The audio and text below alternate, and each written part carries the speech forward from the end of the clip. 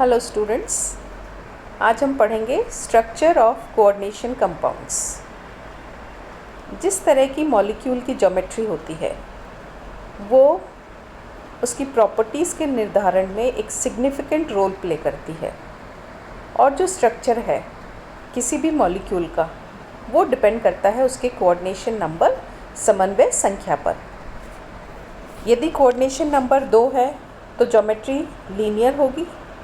यदि coordination number 4 है तो ज्योमेट्री दो तरह की हो सकती हैं, या तो टेट्राहेड्रल होगी या फिर स्क्वायर प्लेनर ज्योमेट्री। और यदि कोऑर्डिनेशन नंबर 6 है तो जो ज्योमेट्री होगी वो है ऑक्टाहेड्रल।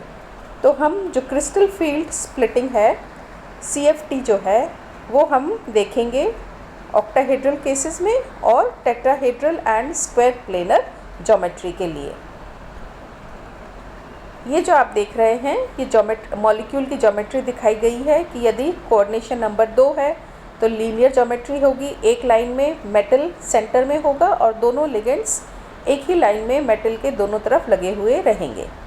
दूसरी जो ज्योमेट्री है वो टेट्राहेड्रल ज्योमेट्री है, यानी 4 लिगेंड्स जो है धातु को घेरे हुए रहेंगे। स्क्वायर प्लेनर ज्योमेट्री, इसमें भी समन्वय संख्या 4 होगी। और जो लास्ट वाला है ऑक्टाहेड्रल, यहाँ पर मेटल को 6 लिगेंड्स घेरे हुए रहेंगे। सबसे पहले हम पढ़ेंगे ऑक्टाहेड्रल ज्योमेट्री के केस में किस प्रकार से क्रिस्टल फील्ड स्प्लिटिंग होगी। In an octahedral complex the electrons in the d orbitals located along the coordinate axis experience strong repulsion and increase in the energy। जब भी ऑक्टाहेड्रल ज्योमेट्री बनेगी तो जो 6 लिगेंड्स हैं वो एक अष्टफलक के कोनों की ओर से, अर्थात x, y व z एक्सिस की ओर से केंद्रीय धातु आयन की ओर पहुंचेंगे। इस प्रकार जब अष्टफल के आकार में 6 लिगेंड्स जो है केंद्रीय धातु परमाणु की ओर पहुंचते हैं तो जितने भी d ऑर्बिटल्स हैं, कितने होते हैं d ऑर्बिटल संख्या में? टोटल 5 होते हैं। तो जब लिगेंड्स केंद्रीय धातु आयन की ओर पहुंचने लगते हैं तो समस्त d कक्षक की ऊर्जा में वृद्धि होती है, लेकिन ये जो वृद्धि है ये एक समान नहीं रहती है। वे कक्षक जो x, y और z अक्षों की ओर विन्यासित होते हैं, यानी कि dz² और dx² - y², ये जो 2 ऑर्बिटल्स हैं जो एक्सिस की ओर अभी विन्यासित हैं, इनका ओरिएंटेशन अलोंग दीज एक्सिस है, ये अधिक प्रतिकर्षण महसूस करेंगे। इस वजह से इनका जो ऊर्जा स्तर है वो अधिक हो जाएगा। तथा शेष तीनों कक्षक कौन कौन से d orbitals? dxy, dyz and dxz, इनका जो अभिविन्यास है वो x, y और z अक्ष रेखाओं के मध्य में स्थित है।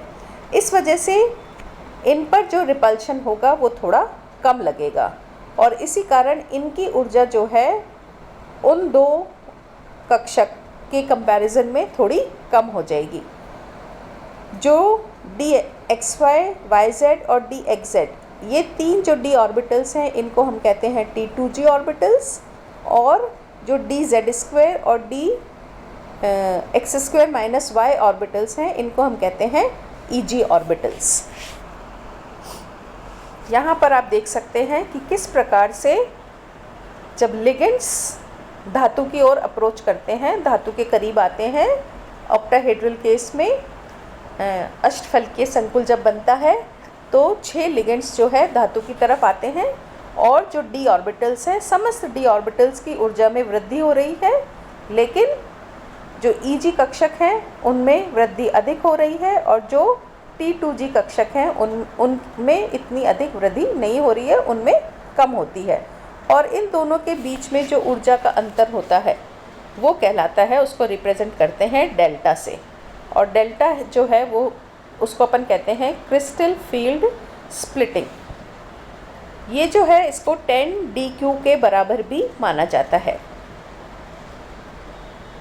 Eg कक्षक औसत ऊर्जा स्तर से +0.60 डेल्टा ज़ीरो अपन लिखते हैं क्योंकि ये ऑक्टाहेड्रल केस है, ऊपर हो जाता है, जबकि जो T2G कक्षक हैं वो औसत ऊर्जा स्तर से -0.4 डेल्टा नीचे हो जाते हैं।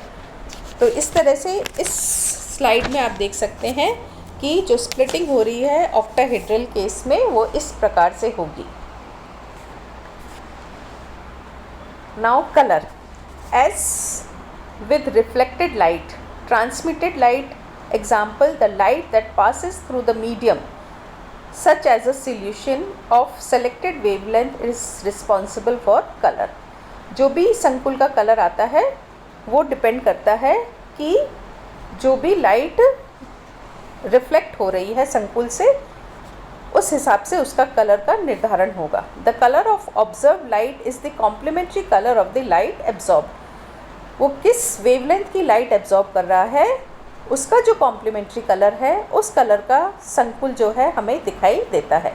For example, a solution of copper sulphate absorbs light in the orange region of the spectrum and therefore appears blue, क्योंकि उसका जो कॉम्प्लीमेंट्री कलर है वो ब्लू है।